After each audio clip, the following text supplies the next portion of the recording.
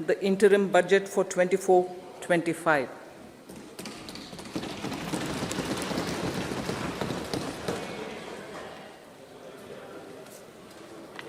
The Indian economy has witnessed profound positive transformation in the last 10 years. The people of India are looking ahead to the future with hope and optimism.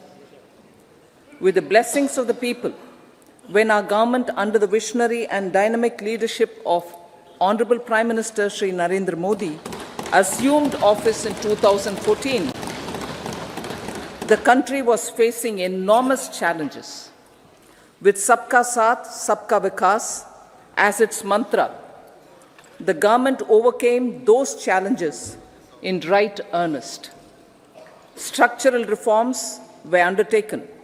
Pro-people programs were formulated and implemented promptly. Conditions were created for more opportunities for employment and entrepreneurship. The economy got a new vigor. The fruits of development started reaching the people at scale. The country got a new sense of purpose and hope. Naturally, the people blessed the government with a bigger mandate. In the second term, our government, under the leadership of Honorable Prime Minister, doubled down on its responsibilities to build a prosperous country with comprehensive development of all people and all regions. Our government strengthened its mantra to Sabka Saath, Sabka Vikas and Sabka Vishwas. Our development philosophy covered all elements of inclusivity, namely social inclusivity through coverage of all strata of the society, and geographical inclusivity through development of all regions of the country. With the whole of nation as a result, our young country has high aspirations, pride in its present, and hope and confidence for a bright future. We expect that our government, based on its stupendous work, will be blessed again by the people with a resounding mandate. Inclusive development and growth. Our humane and inclusive approach to development is a marked and deliberate departure from the earlier approach of provisioning up to village level. Development programs were thus provisioned. In the last 10 years, however, have targeted each and every household and individual through housing for all, Har Ghar Jal, electricity for all, cooking gas for all, bank accounts and financial services for all in record time. The worries about food have been eliminated through free ration for 80 crore people. Minimum support prices for the produce of Annadata are periodically increased appropriately. These and the provision of basic necessities have enhanced real income in the rural areas. Their economic needs could be addressed, thus spurring growth and generating jobs. Social justice. Our government is working with an approach to development that is all-round, all-pervasive, and all-inclusive. Sarvangin, Sarvasparshi, or Sarvasamaveshi. It covers all castes and people at all levels. We are working to make India a Vikasit Bharat by 2047. For achieving that goal, we need to improve people's capability and empower them. Previously, social justice was mostly a political slogan. For our government, social justice is an effective and necessary governance model. The saturation approach of covering all eligible people is the true and comprehensive achievement of social justice. This is secularism in action, reduces corruption, and prevents nepotism, prevents Bhai Bhatijawad. There is transparency and assurance that benefits are delivered to all eligible people. The resources are distributed fairly. All, regardless of their social standing, get access to opportunities. We are addressing systemic inequalities that had plagued our society. We focus on outcomes and not on outlays so that the social economic transformation is achieved. As our Prime Minister firmly believes, we need to focus on 4 major castes. They are Garib, Mahilaye, Yuva, and Annadata. Their needs, their aspirations, and their welfare are our highest priority. The country progresses when they progress. All 4 require and receive government support in their quest to better their lives. Their empowerment and well-being will drive the country forward. Garib Kalyan, Desh Ka Kalyan. We believe in empowering the poor. The earlier approach of tackling poverty through entitlements had resulted in very modest outcomes. When the poor became empowered partners in the development process, government's power to assist them also increases manifold. With the pursuit of Sabka Saath, in these 10 years, the government has assisted 25 crore people to get freedom from multi-dimensional poverty. Our government's efforts are now getting synergized with energy and passion of such empowered people.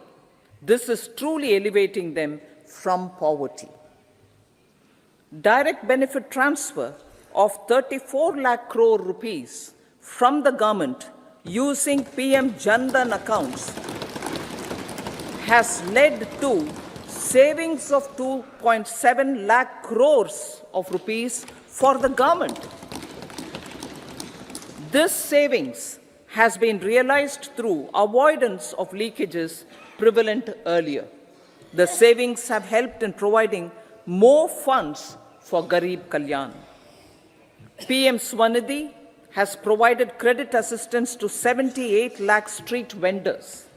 From that total of 78 lakh street vendors, 2.3 lakh have received credit for the 3rd time. PM Janman Yojana reaches out to the particularly vulnerable tribal groups who have remained outside the realm of development so far. PM Vishwakarma Yojana provides end-to-end support to artisans and craftspeople engaged in 18 trades. The schemes for empowerment of Divyangs and transgender persons reflect firm resolve of our government to leave no one behind. Welfare of Annadata. Farmers are our Annadata.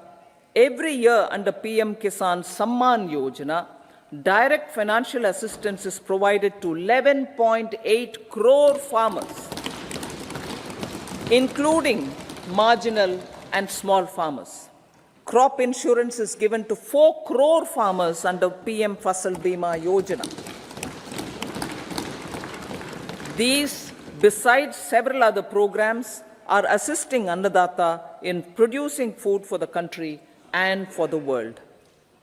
Electronic National Agricultural Market has integrated 1,361 mandis and is providing services to 1.8 crore farmers with trading volume of 3 lakh crores of rupees.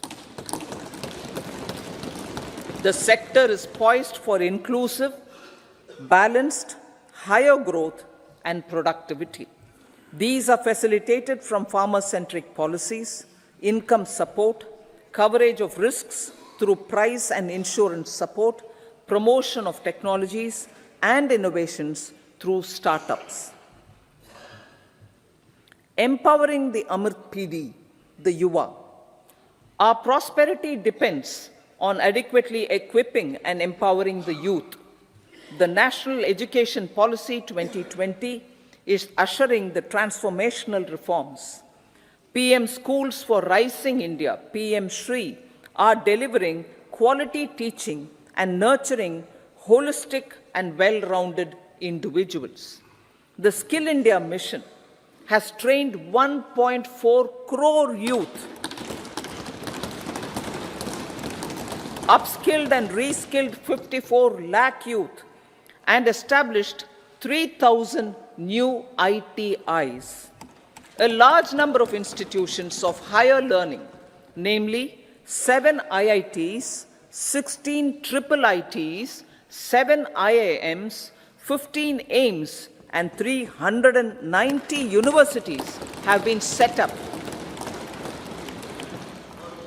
PM Mudra Yojana has sanctioned 43 crore loans aggregating to 22.5 lakh crores of rupees for entrepreneurial aspirations of our youth. Besides that, Fund of Funds, Startup India, and Startup Credit Guarantee schemes are assisting our youth. They are also becoming Rozgar Data. The country is proud of our youth scaling new heights in sports. The highest ever medal tally in Asian Games and Asian Para Games in 2023 reflects a high confidence level.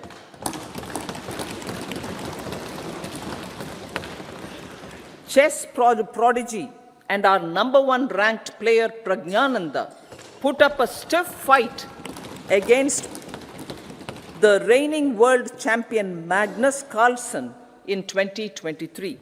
Today, India has over 80 chess grandmasters compared to little over 20 in 2010. Momentum for Nari Shakti. The empowerment of women through entrepreneurship, ease of living, and dignity for them has gained momentum in these 10 years. 30 crore Mudra Yojana loans have been given to women entrepreneurs. Female enrollment in higher education has gone up by 28% in 10 years. In STEM courses, girls and women constitute 43% of enrollment, one of the highest in the world. All these measures are getting reflected in the increasing participation of women in workforce.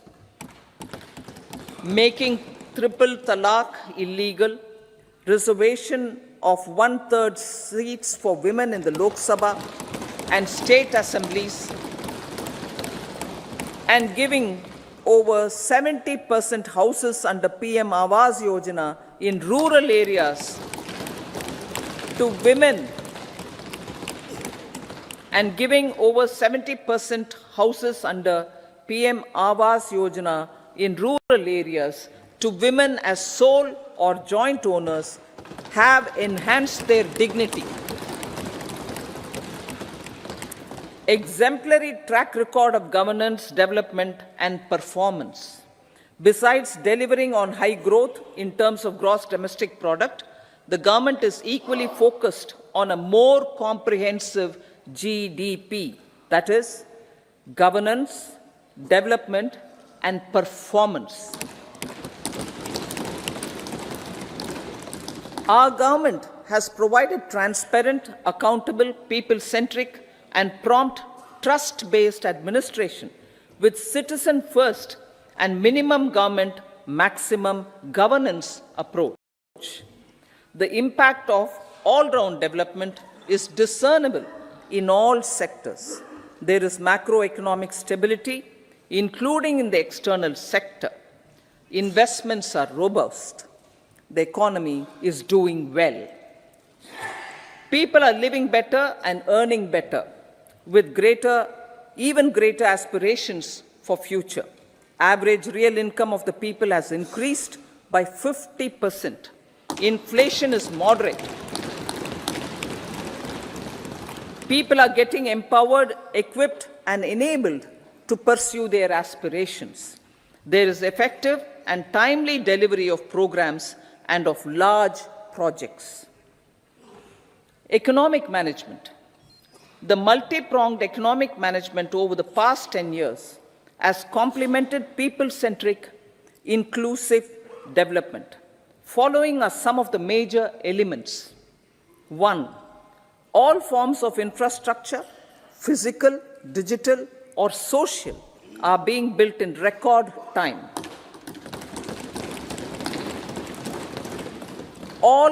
Number 2, all parts of the country are becoming active participants in economic growth.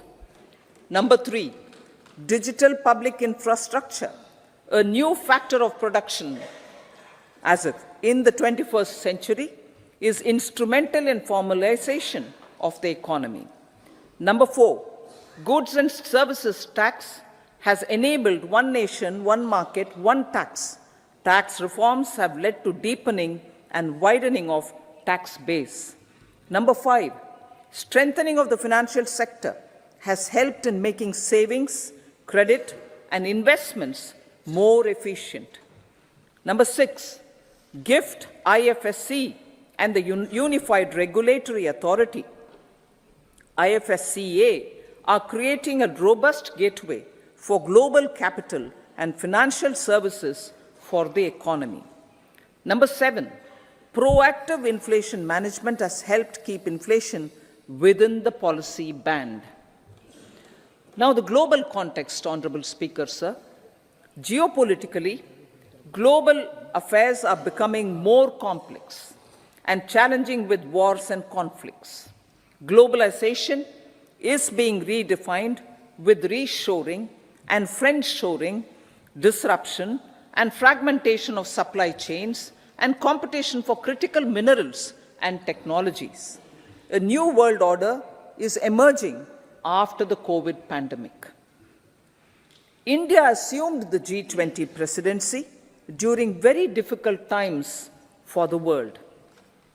The global economy was going through high inflation, high interest rates, low growth, very high public debt, low trade growth, and climate changes. The pandemic has led to a crisis of food, fertilizer, fuel, and finances for the world, while India successfully navigated its way. The country showed the way forward and built consensus on solutions for those global problems. The recently announced India-Middle East-Europe economic corridor is a strategic and economic game changer for India and others. In the words of Honorable Prime Minister, the corridor, and I quote, will become the basis of world trade for hundreds of years to come, and history will remember that this corridor was initiated on Indian soil, unquote. Vision for Vikasit Bharat. Our vision for Vikasit Bharat is that of prosperous Bharat in harmony with nature, with modern infrastructure, and providing opportunities for all citizens and all regions to reach their potential. With confidence arising from strong and exemplary track record of performance and progress, earning Sabka Vishwas, the next 5 years will be years of unprecedented development and golden moments to realize the dream of developed India by 2047.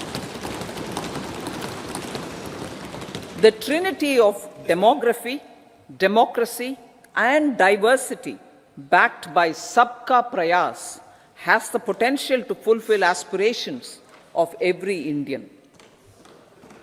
As Honorable Prime Minister in his Independence Day address to the nation mentioned, I quote, there is no dearth of opportunities as many opportunities as we want. The country is capable of creating more opportunities. Sky is the limit, unquote. Strategy for Amrit Kal. Our government will adopt economic policies that foster and sustain growth, facilitate inclusive and sustainable development, improve productivity, create opportunities for all, help them enhance their capabilities, and contribute to generation of resources to power investments and fulfill aspirations. Guided by the principle, reform, perform, and transform, the government will take up next generation reforms and build consensus with the states and stakeholders for effective implementation. It is an important policy priority for our government to ensure timely and adequate finances, relevant technologies, and appropriate training for the micro, small, and medium enterprises, MSMEs, to grow and also compete globally. Orienting the regulatory environment to facilitate their growth will be an important element of this policy mix. Aligning with the Panchamrit goals, our government will facilitate sustaining high and more resource-efficient economic growth. This will work towards energy security in terms of availability, accessibility, and affordability.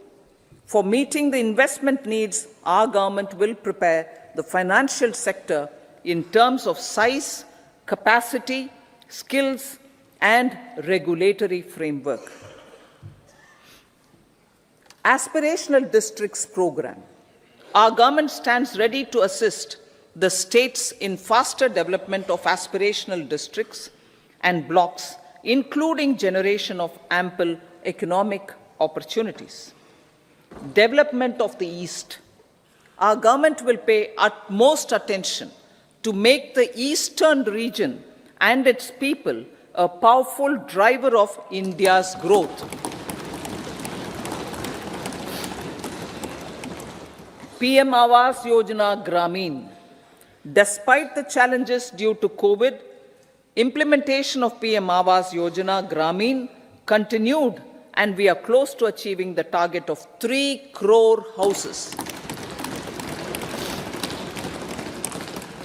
2 crore more houses will be taken up in the next 5 years to meet the requirement arising from increase in the number of families. Rooftop solarization and Muft Bijli. Through rooftop solarization, 1 crore households will be enabled to obtain up to 300 units free electricity every month. This scheme follows the resolve of Honorable Prime Minister on the historic day of consecration of Sri Ram Mandir in Ayodhya. Following benefits are expected. Savings up to 15 to 18,000 rupees annually for households from free solar electricity and selling the surplus to the distribution companies. Charging of electric vehicles. Entrepreneurship opportunities for a large number of vendors for supply and installation. Employment opportunities for the youth with technical skills in manufacturing, installation, and maintenance. Housing for middle class. Our government will launch a scheme to help deserving sections of the middle class, and I quote from Honorable Prime Minister's words, living in rented houses or slums or chawls and unauthorized colonies, unquote, to buy or build their own houses. Medical colleges. Several youth are ambitious to get qualified as doctors. They aim to serve our people through improved healthcare services. Our government plans to set up more medical colleges by utilizing the existing hospital infrastructure under various departments. A committee for this purpose will be set up to examine the issues and make relevant recommendations. Cervical cancer vaccination. Our government will encourage vaccination for girls in the age group of 9 to 14 years for prevention of cervical cancer. Maternal and child health care. Various schemes for maternal and child care will be brought under one comprehensive program for synergy in implementation. Upgradation of Anganwadi centers under Saksham Anganwadi and Poshan 2.0 will be expedited for improved nutrition delivery, early childhood care and development. The newly designed You-Win platform for managing immunization and intensified efforts of Mission Indradhanush will be rolled out expeditiously throughout the country. Ayushman Bharat.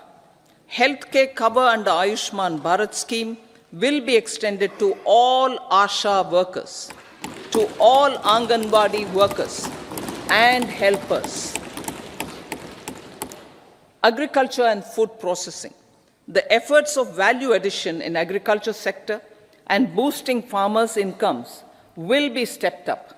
Pradhan Mantri Kisan Sampada Yojana has benefited 38 lakh farmers and generated 10 lakh employment. Pradhan Mantri Formalization of Micro Food Processing Enterprises Yojana has assisted 2.4 lakh SHGs and 60,000 individuals with credit linkages. Other schemes are complementing the efforts for reducing post-harvest losses and improving productivity and incomes. For ensuring faster growth of the sector, our government will further promote private and public investment in post-harvest activities, including aggregation, modern storage, efficient supply chains, primary and secondary processing and marketing and branding. Nano DAP.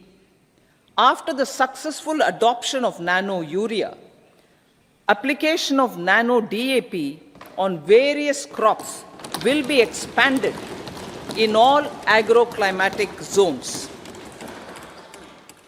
Atmanirbhar Oil Seeds Abhiyan. Building on the initiative announced in 2022, a strategy will be formulated to achieve Atmanirbharta for oil seeds such as mustard, groundnut, sesame, soya bean, and sunflower. This will cover research for high-yielding varieties, widespread adoption of modern farming techniques, market linkages, procurement, value addition, and crop insurance. Dairy development. A comprehensive program for supporting dairy farmers will be formulated. Efforts are already on to control foot and mouth disease. India is the world's largest milk producer with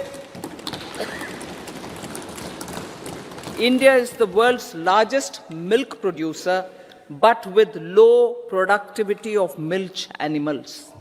The program will be built on the success of existing schemes such as Rashtriya Gokul Mission, National Livestock Mission, and infrastructure development funds for dairy processing and animal husbandry. Matsya Sampada. It was a government which set up a separate department for fisheries, realizing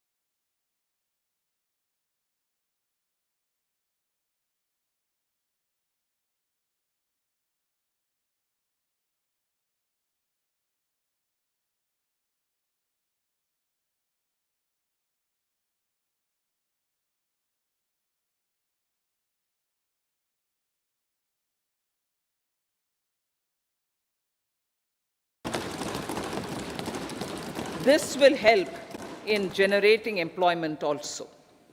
Promoting investments. The FDI inflow during 2014 to 23 was $596 billion US, marking a golden era.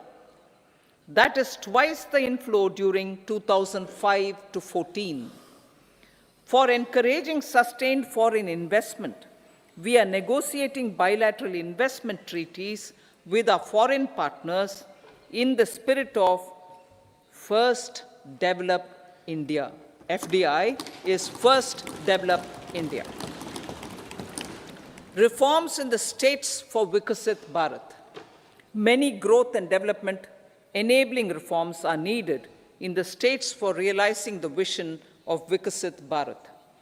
A provision of 75,000 crore rupees as 50-year interest-free loan is proposed this year to support those milestone-linked reforms by the state governments. Societal changes. The government will form a high-powered committee for an extensive consideration of the challenges arising from fast population growth and demographic changes. The committee will be mandated to make recommendations for addressing these challenges comprehensively in relation to the goal of Vikasit Bharat. Amrit Kal as Kartavya Kal. Our government stands committed to strengthening and expanding the economy with high growth and to create conditions for people to realize their aspirations. Honorable Prime Minister, in his Independence Day address to the nation in the 75th year of our Republic, said, and I quote, "We commit ourselves to national development with new inspirations, new consciousness, new resolutions as the country opens up immense possibilities and opportunities. It is our Kartavya Kal." Unquote. Every challenge of the pre-2014 era was overcome through our economic management and our governance. These have placed the country on a resolute path of sustained high growth. This has been possible through right policies, true intentions, and appropriate decisions.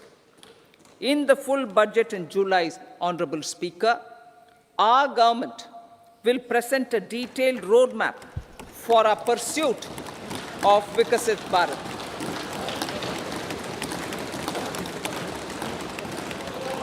Revised estimates. Revised estimates of 2023-24. The revised estimate of the total receipts other than borrowings is 27.56 lakh crores of rupees, of which the tax receipts are 23.24 lakh crore rupees. The revised estimate of total expenditure is 44.90 lakh crore rupees.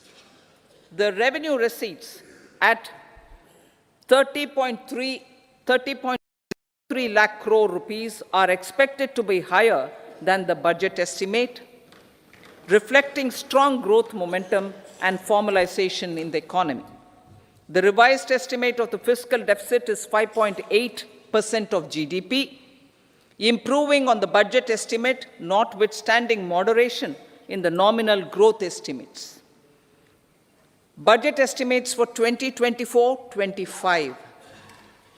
Coming to the year 2024-25, the total receipts other than borrowings and total expenditure are estimated at 30.80 and 47.66 lakh crore rupees respectively. The tax receipts are estimated at 26.02 lakh crore rupees. The scheme of 50-year interest-free loan for capital expenditure to states will be continued this year with an outlay of 1.3 lakh crore rupees. We continue on the path of fiscal consolidation, as announced in my budget speech of 2021-22, to reduce fiscal deficit below 4.5% by 25-26.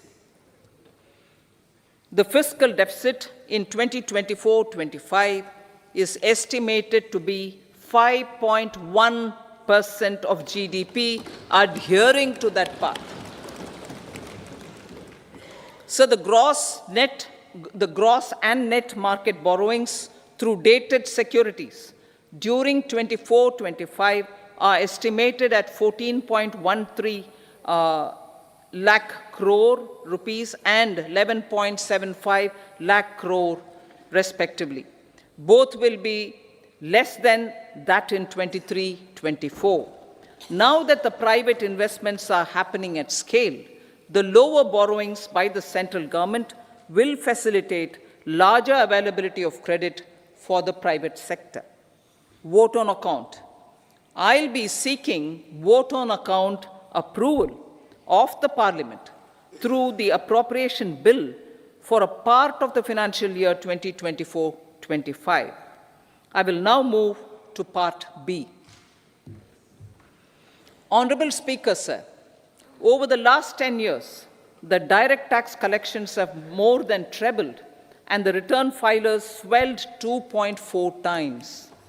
I would like to assure the taxpayers that their contributions have been used wisely for the development of the country and welfare of its people. I appreciate the taxpayers for their continued support. The government has reduced and rationalized tax rates. Under the new tax scheme, there is now no tax liability for taxpayers with income up to 7 lakh rupees, up from 2.2 lakh rupees in the financial year 2013-14. The threshold for presumptive taxation for retail businesses was increased from 2 crores to 3 crores. Similarly, the threshold for professionals eligible for presumptive taxation was increased from 50 lakh rupees to 75 lakh rupees. Also, corporate tax rate was decreased from 30% to 22% for existing domestic companies and to 15% for certain new manufacturing companies.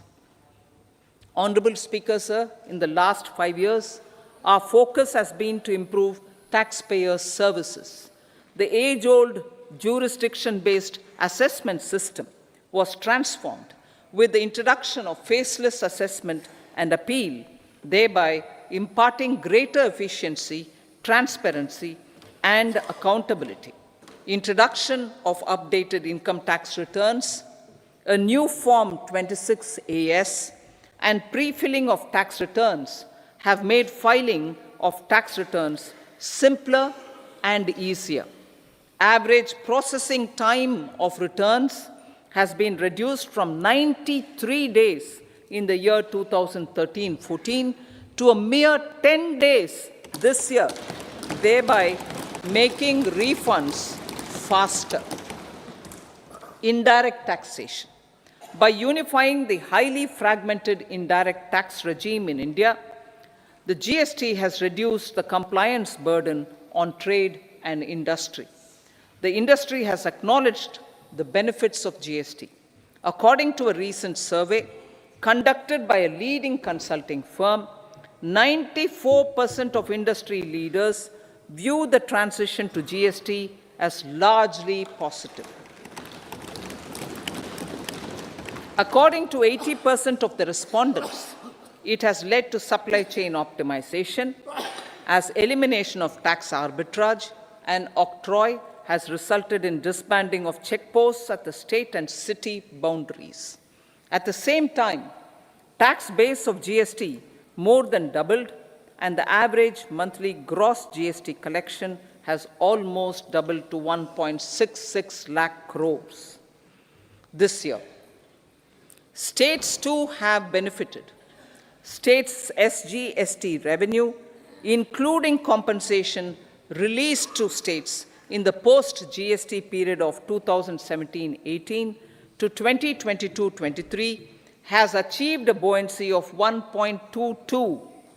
In contrast, the tax buoyancy of state revenues from subsumed taxes in the pre-GST 4-year period of 2012-13 to 2015-16 was a mere 0.72. The biggest beneficiaries are consumers, as reduction in logistic cost and taxes have brought down prices of most goods and services. We have taken a number of steps in customs to facilitate international trade.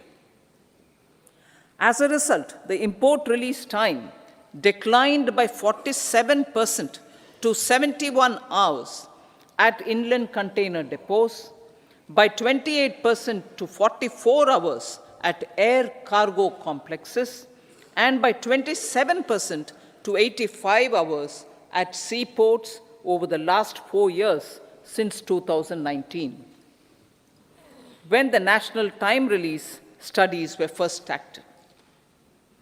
Tax proposals. As for tax proposals, in keeping with the convention, I do not propose to make any changes relating to taxation and propose to retain the same tax rates for direct and indirect taxes, including import duties. However, certain tax benefits to startups and investments made by sovereign wealth or pension funds, as also tax exemption on certain income of some IFSC units, are expiring on 31/3/2024. To provide continuity in taxation, I propose to extend the date to 31/3/2025. Moreover, in line with our government's vision to improve ease of living and ease of doing business, I wish to make an announcement to improve taxpayers' services. There are a large number of petty, non-verified, non-reconciled, or disputed direct tax demands, many of them dating as far back as 1962, which continue to remain on the books, causing anxiety to honest taxpayers and hindering refunds of subsequent years. Honorable Speaker, sir, I propose to withdraw such outstanding direct tax demands up to 25,000 rupees pertaining to the period up to financial year 2009-10 and up to 10,000 rupees for financial years 2010-11 to 2014-15. This is expected to benefit about 1 crore taxpayers. 1 crore taxpayers would benefit out of this. Economy then and now. In 2014, when our government assumed the reins, the responsibility to mend the economy step by step and to put the governance systems in order was enormous. The need of the hour was to give hope to the people, to attract investments, and to build support for the much-needed reforms. The government did that successfully, following a strong belief of nation first. The crisis of those years has been overcome, and the economy has been put firmly on a high, sustainable growth path with all-round development. It is now appropriate to look at where we were then. I repeat, it is now appropriate to look at where we were then till 2014 and where we are now, only for the purpose of drawing lessons from the mismanagement of those years. The government will lay a white paper on table of the House.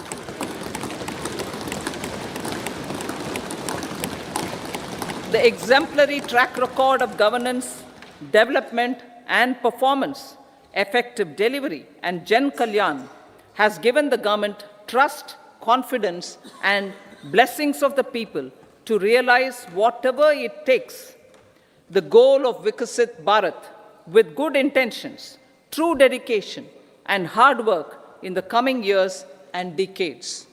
With this, Honorable Speaker, I commend the interim budget to this august House. Jai Hind.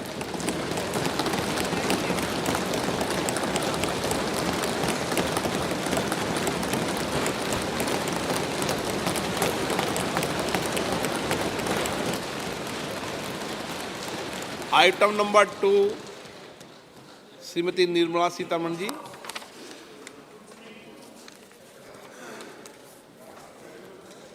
Sir, with your permission, I rise to lay on the table the following statements under Section 3(1) of the Fiscal Responsibility and Budget Management Act 2003, Medium-Term Fiscal Policy cum Fiscal Policy Strategy Statement and Macroeconomic Framework Statement. Item number 3, Shrimati Nirmala Sitharaman ji.